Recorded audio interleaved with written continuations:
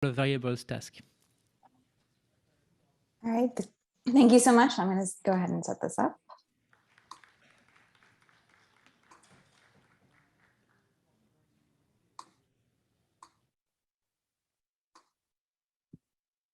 Hopefully that looks okay. All right, so hi everyone, I'm Liz Lapidow and I'm really excited to share this brand new project looking at whether intuitions we have as causal learners might explain a puzzling contradiction within research on self-directed exploration. So to begin with self-directed learning by exploration, all learners, but especially young learners, do a tremendous amount of exploration of the world around them. Children question, investigate, and act on their surroundings in a variety of ways. Exploration is one of the most prominent and characteristic parts of human childhood and is classically considered to be central to how we learn. However, there is also a long-standing debate about the competence of exploratory learners. On the one hand, cognitive development argues that self-directed learners are intuitive scientists, that learning naturally follows a process like scientific theory revision, in which learners explore to improve and expand their knowledge of the world and rationally revise that knowledge from the evidence that they encounter. And supporting that, studies of free play suggest that when you let learners choose for themselves, they have a spontaneous preference to explore what is likely to be informative. So things that are uncertain or ambiguous or surprising from a really early age. But at the same time, there's decades worth of research that says that we are not competent scientific thinkers. Research on the development of scientific reasoning abilities shows over and over again that when you let learners choose for themselves, we struggle to identify, conduct, and even reason from informative experiments until well into later childhood. And that even as adults, we often explore in ways that seem to disregard the logic of scientific inquiry and inference. In particular, these studies often find that learners select experiments based on their tangible value, so the value of the actual outcome of the action, rather than their information value or what they can learn from the outcome of an action. And this finding has led some scientific reasoning researchers to suggest that exploratory learners actually misunderstand the purpose of experimentation, that our intuitive exploration is driven by generating desirable tangible effects rather than trying to learn about the world, which, if true, is a major objection to cognitive development's idea of a learner as intuitive scientist. So in a previous study, I investigated this claim with children 4 to 6 years old. Extremely briefly, I showed children a mechanical toy that could work in one of 2 ways and gave them a choice between 2 different actions they could take. One action was an informative exploration that revealed how the toy actually worked. The other action was uninformative, but it was guaranteed to make the toy go, to produce an entertaining, high tangible value effect.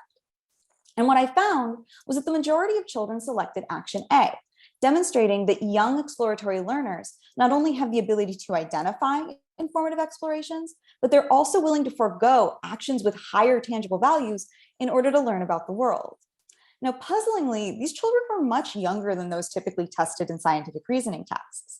Yet their behavior was the opposite of what we would expect given the results of so many of those studies. So what's going on here?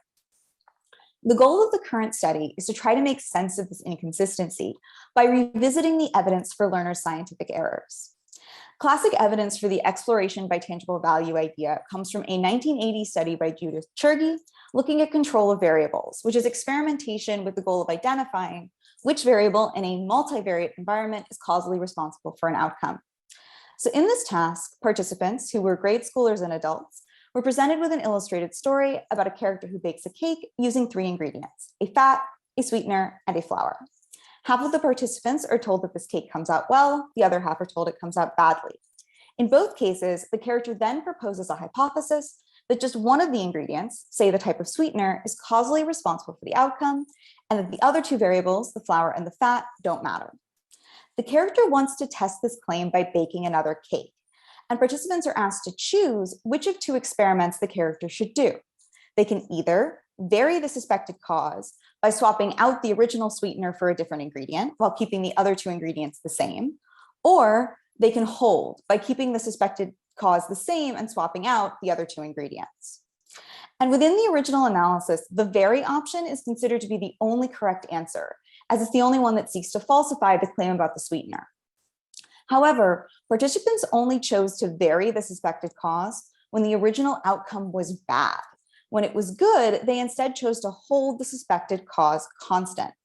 The standard conclusion from this is that children and adults don't select experiments based on their information value, but are instead only concerned with tangible outcomes and are either trying to bring about outcomes with high tangible values or have this kind of overgeneralized policy where you change things when outcomes are negatively valenced and don't change things when outcomes are positively valenced. And this conclusion and the study itself has been widely influential and continues to be used both as a theoretical and methodological basis for subsequent research.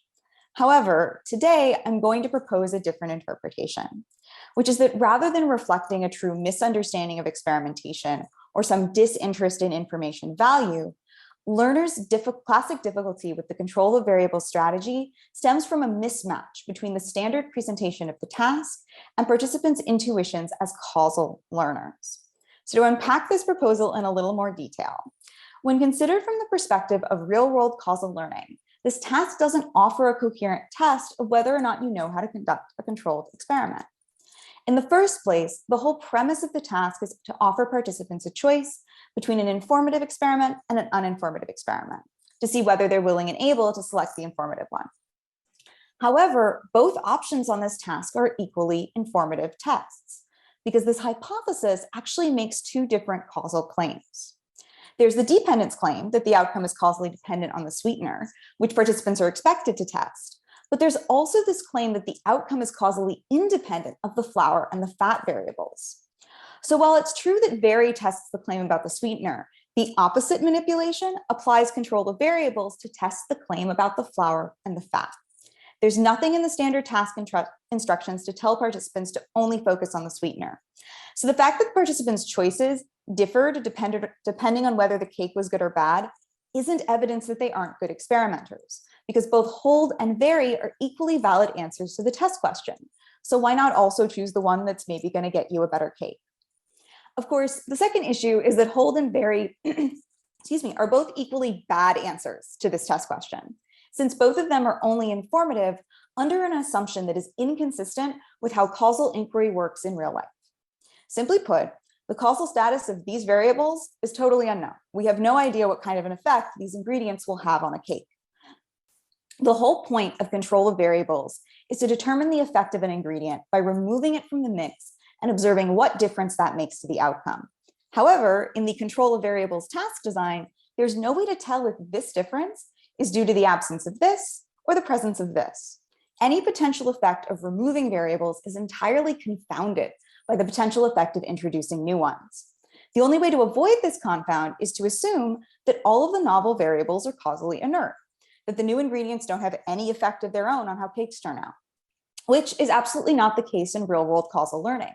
This isn't an assumption that a causal learner or anyone who's ever tried to bake something before can or should make without a very good reason. So far from offering a choice between a correct and an incorrect experiment, the standard method for assessing learners' ability to employ control of variables actually presents them with two equivalent confounded experiments. And to be clear, these are not just issues of one particular study. The 1980 paper was highly influential, and these ambiguities of causal logic continue to appear regularly and recently in subsequent studies of control of variables ability. Therefore, the question is, how would learners perform on this control of variables task if there weren't these causal ambiguities? Would they still behave in a way that's consistent with the classic interpretation of the task, or would they look more like intuitive scientists? Specifically, what we want to know here is what motivates learners' choice of experiments in a control of variables assessment that clarifies the causal logic of the original design. The goal here is to present the test of experimentation that the standard control of variables test intends to offer and see whether children and adults select experiments based on their information value, outcome valence, or tangible value. To do this, we designed a task that, while superficially different, achieves the underlying logic that was the goal in Churgy's original design. It's still an illustrated story, but in this case, it's about a character who is playing with some blocks and a block toy today. The toy has 3 slots on top, and when you put a block in each slot, the toy will turn on. Also, some of the blocks in the world are a special kind of block called a blicket, and if there's even one blicket on the toy, then the toy will also make music when it turns on. So after being introduced to this causal system, participants are shown these 3 white blocks, which they are told have lost their color. So the character doesn't know if any of them are blickets or not. All 3 of them are placed on the toy. Toy makes music, meaning that at least 1, but possibly 2 or 3 of them are blickets. Then, just as in the Churgi task, the character proposes a hypothesis that just one of the variables, say the square, is causally responsible for the outcome, and that the other 2 variables, the circle and the triangle, aren't blickets and don't matter. And just like in the Churgi task, participants are asked to choose an experiment to test this claim. But before I explain what those options were, I want to make it really clear how this design lines up with the standard task. Both are run with the same age groups, although we left out 11-year-olds since they didn't differ from the 9s. And in both tasks, we have 3 unknown variables combining together to produce an outcome. Then in each case, the character presents a hypothesis about the causal dependence and independence of those variables. Participants are then asked to select the correct experiment to test this hypothesis. In the standard design, this is a single choice between vary, which is intended to have a high information value, but a low tangible value, and hold, which is intended to have no information value, but a high tangible value. Although, as we have just seen, the task doesn't actually achieve this intention. In contrast, the current task has 2 important clarifications to how it assesses control of variables. First, the initial demonstration of how the toy works also shows participants that blue blocks are blickets, which cause the good outcome of the toy making music, while yellow blocks, which are not blickets, don't. By using these blocks to replace the target variables, rather than introducing more novel unknowns, we can offer an unambiguous choice between confounded and unconfounded experiments. Second, rather than pitting the equally informative hold and vary options against each other, we instead had 2 test trials, one which presents a choice between 2 hold experiments, vary experiments, and one which presents a choice between 2 hold experiments. Critically, though, both of these questions pit tangible value against information value. Blue blocks are blickets, so using them will always result in music, which is fun, but also totally obscures the causal effect of any white block that's paired with it. Conversely, yellow blocks are inert, so they can turn on the toy, but they don't cause music. So the outcome is going to be entirely dependent on whether any of the white blocks with it are blickets or not, making it an informative test of the proposed hypothesis. So each trial of the task presents learners with a choice between an experiment that is uninformative, but guarantees a good outcome, and an experiment that is informative, but where the value of the tangible outcome is unknown. And given this design, there are 3 patterns of behavior we could expect to see on this task, each of which indicates a different motivation as likely driving learners' choice of experiments.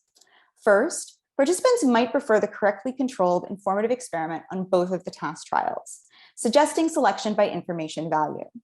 Alternatively, they might do just the opposite, consistently selecting the uninformative experiment with the higher tangible value.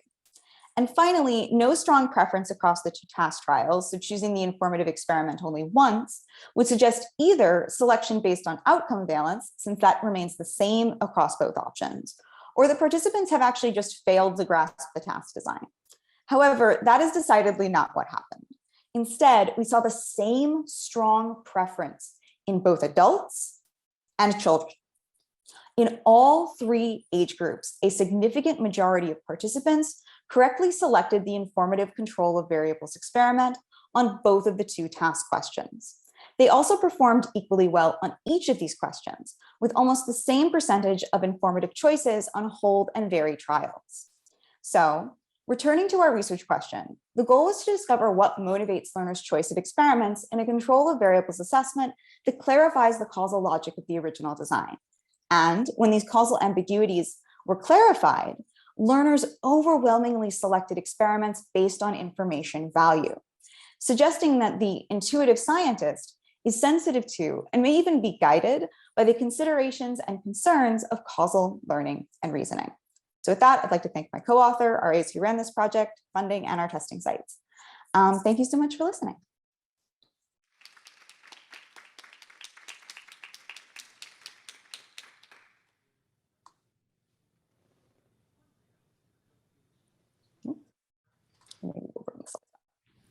Do we have any online questions?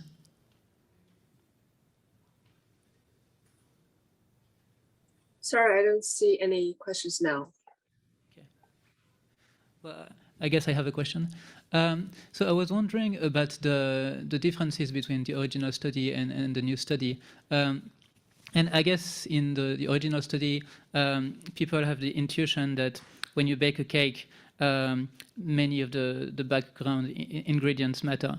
And so, as you said, it seems that it is quite informative to vary those other ingredients to assess the claim that they really do not matter, right? Whichever you use whichever kind of flour you use, it's not going to make a difference. And so I was wondering to what extent there is an analog to that in the new task. So just to clarify, you're asking whether we have an analog to the role of prior knowledge, and particularly in the sense that there might be background variables? I mean, is there something similar? Because in the new task, is it the case that you could also make an informative intervention that would look at whether those background conditions actually matter or not? Something Right. to finding out whether flour actually matters. Right, got it. Yeah, so one of the funny things about this task is that we're not asking kids to actually find out how the toy works or how the cake is baked. We're asking them to test the hypothesis. And the hypothesis really explicitly says that there's no effect of these background variables. But yeah, you could have a context instead where you just change the task question. And instead of presenting the hypothesis, ask kids to figure out what the role of each variable is. You just can't do it with the options that Cherokee presented. So we can't have both the mirroring and that other question.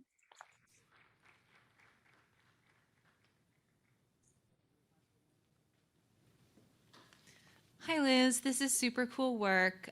Thanks for this amazing talk. It's really, really interesting. My question is about, so there was a decrease across your age groups. Well, you had it flipped. So there was an increase across age in choosing those informative ones, and the youngest kids had more of that kind of gray preference. What do you make of that? Do you think it's just sort of task demands? Do you think that there's anything meaningful we can extract from that?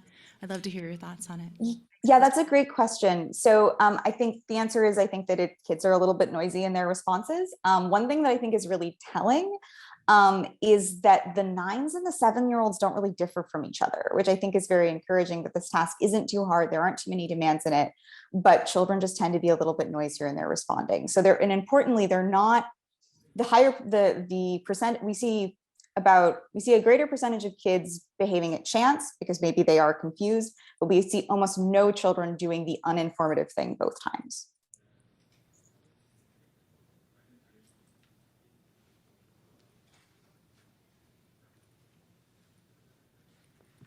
Any online questions?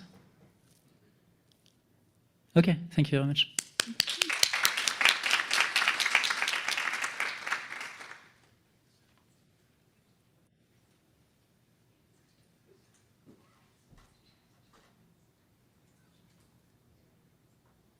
So the next speaker is myself.